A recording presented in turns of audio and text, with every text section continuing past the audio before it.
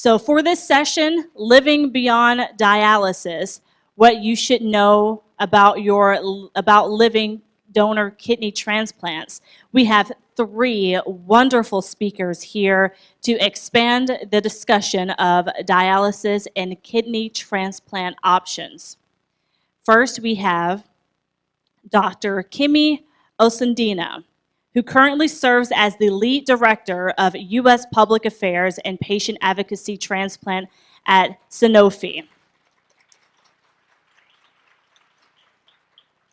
She is dedicated to advancing healthcare equity and developing authentic partnerships that advance innovation, facilitate access, and improve health for communities affected by serious disease. We would also like to introduce Alana.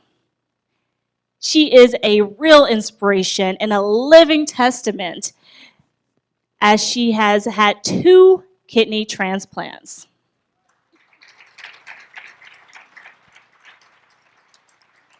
Get this, with her second donor being her husband. That's love. Alana became a kidney transplant connector because after her experiences, and she wants to use her gift to serve others. And now we have her husband, Reggie.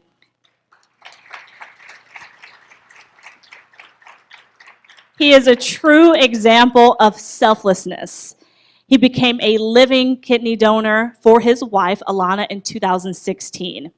He gave his wife more time to fulfill her dreams, and by donating his kidney to her. As a kidney transplant connector, Reggie believes that sharing his experiences with potential donors can make the decision to consider organ donation easier. Let's give a hearty welcome to our panelists today. Thank you so much. Thank you so much, Jessica, and good morning, everyone. My name is Kemi Osundia, and I'm the Director of U.S. Patient Advocacy Transplant at Sanofi. I'm so excited to be here back again at another amazing Black Health Matters program, and thank you to the team for bringing it right into my backyard for the first time in Washington, D.C.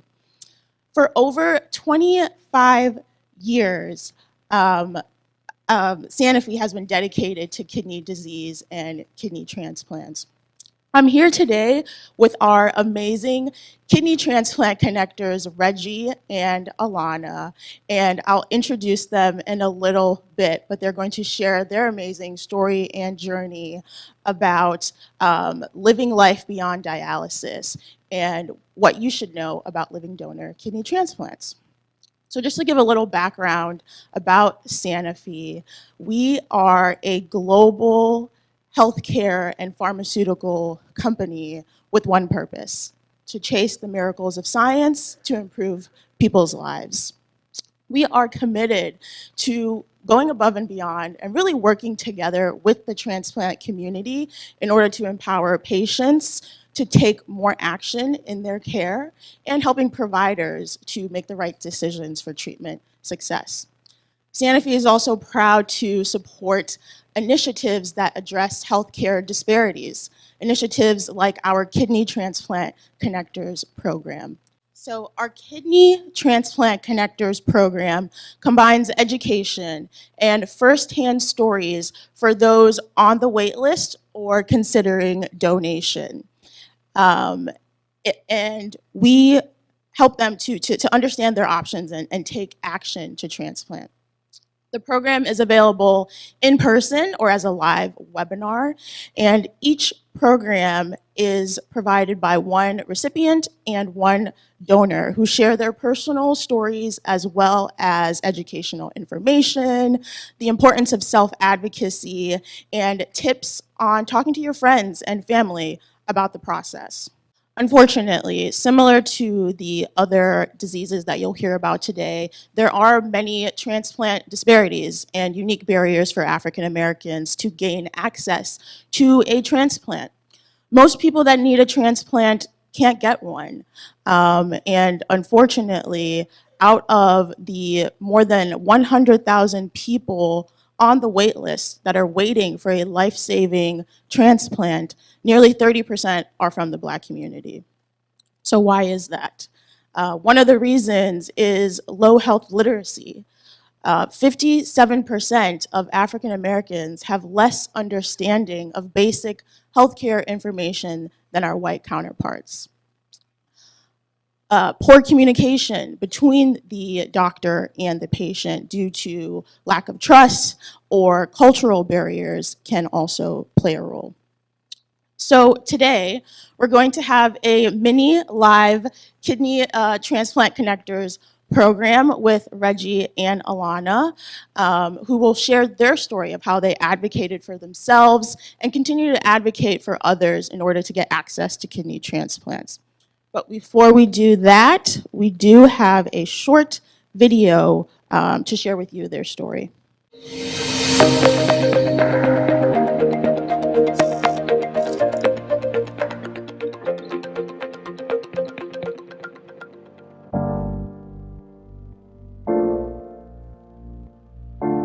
In 2020, Black recipients were roughly 6 times less likely to receive a living donor kidney transplant. And Hispanic recipients were roughly 4 times less likely to receive a living donor kidney transplant. Seeing so many people on the wait list made me a fierce advocate for myself. I learned that it was up to me to shorten my wait time by educating myself and being on more than one wait list. I knew that I would have to educate myself as well as my community. We've pretty much put boots to the ground. We've gone out in the communities, passed out information, asked questions, and pointed people in the right direction. What I love about advocating is just getting the message out and seeing people's reaction to getting information that they didn't have previously. I learned of my chronic kidney disease when I was 13 years old. During my first transplant, I was lucky enough to have a living donor willing to donate to me. When I had my first transplant, I thought I was healed. Although I know a transplant is a treatment and not a cure, I thought it would be a one-time deal for me. 10 years after my first transplant, when I was 32 years old, I learned that I would need a second kidney transplant. I am beyond grateful that not only did I have one willing living donor, but I had 2, my husband. What I love about Alana is the fact that she's a loving person. She makes everyone feel comfortable. She lights up the room. She's the opposite of my personality. You know, I'm a big introvert. She's outgoing, the social butterfly. She's a great mother, great wife. She's great to her friends, great to her family. The process of donating to Alana was a year-long process. It's like once we were denied, a fire was lit in both of us, and we became together, had a game plan, and we executed it. After our transplant, I had the energy and stamina to grow our catering business even more. I specialize in seafood and soul food, as well as healthy meal prep dishes. I've served the mayor of Washington, D.C. I've served people at the Department of Commerce. I've done pop-up events. I've done private events. Owning our own business is both rewarding and challenging. I have to do everything. I'm my own boss, but I get to do what I love to do every day. And me, I just do whatever the boss tells me to do. That's reality. No fiction there.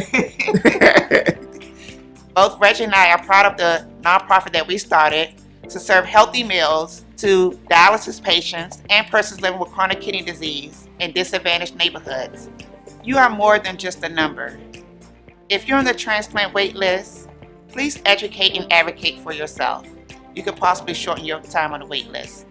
And if you're considering donating, please get the facts. You never know. You could be changing someone's life for the better.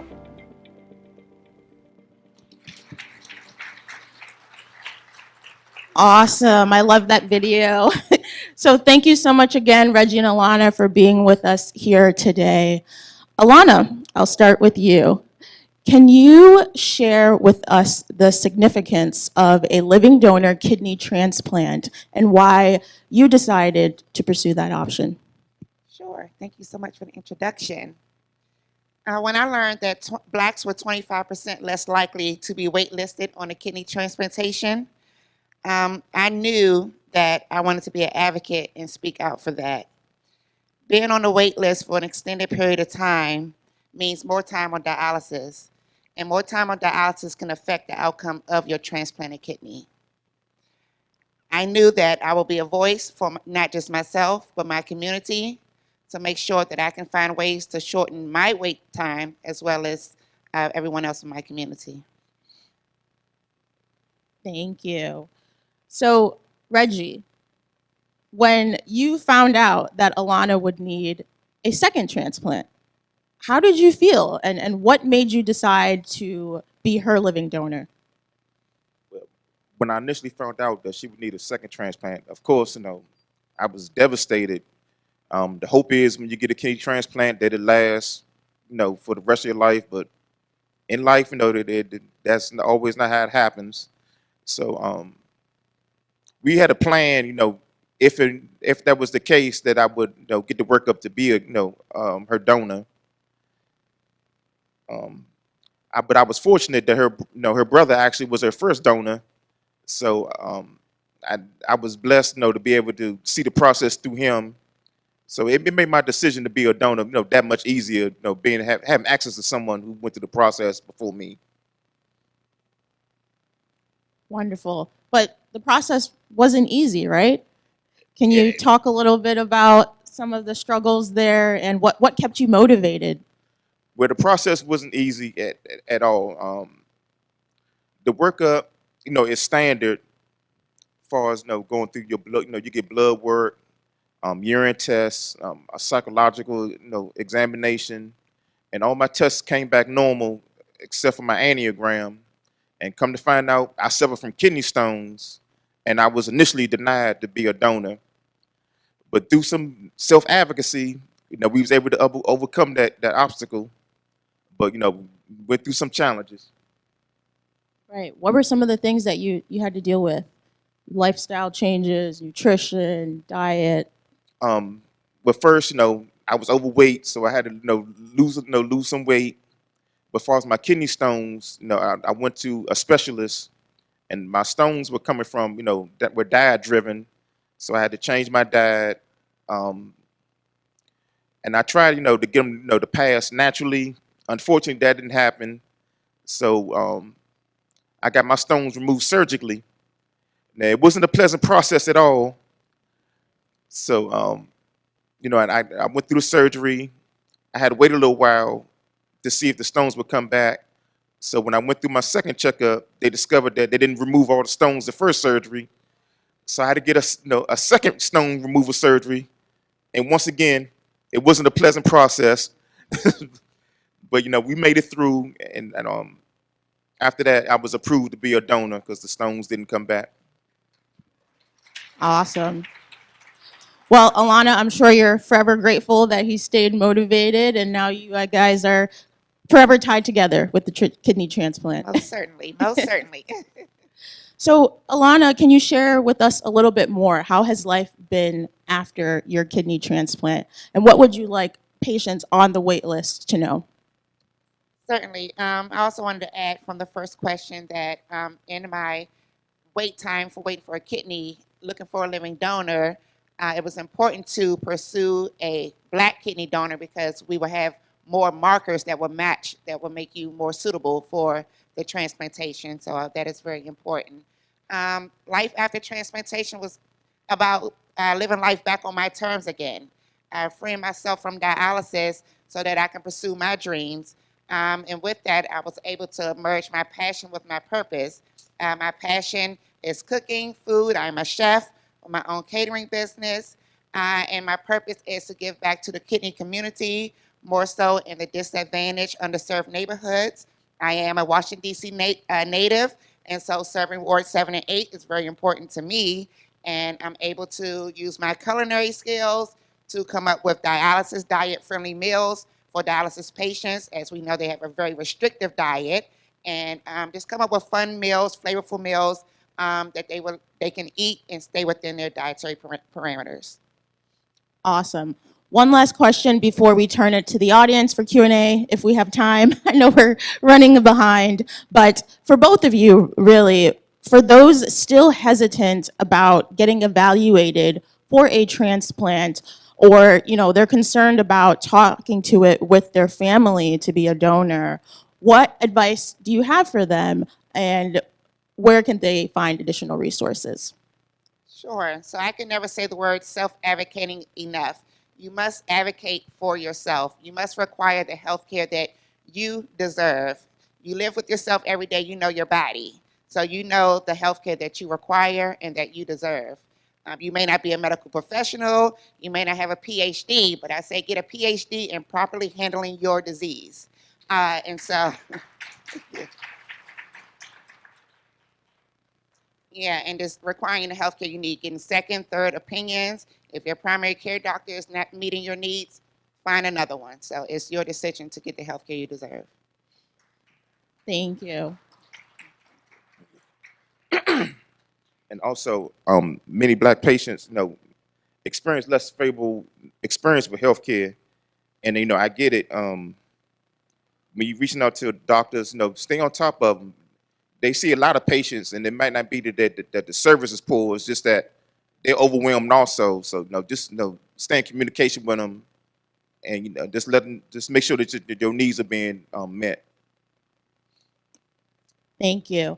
And, I'll just add, April is Donate Life Month. We've got our green and blue on today to raise awareness of organ donation and to honor those that have donated their kidneys. So if you're interested in learning more about becoming a donor, you can visit donatelife.net.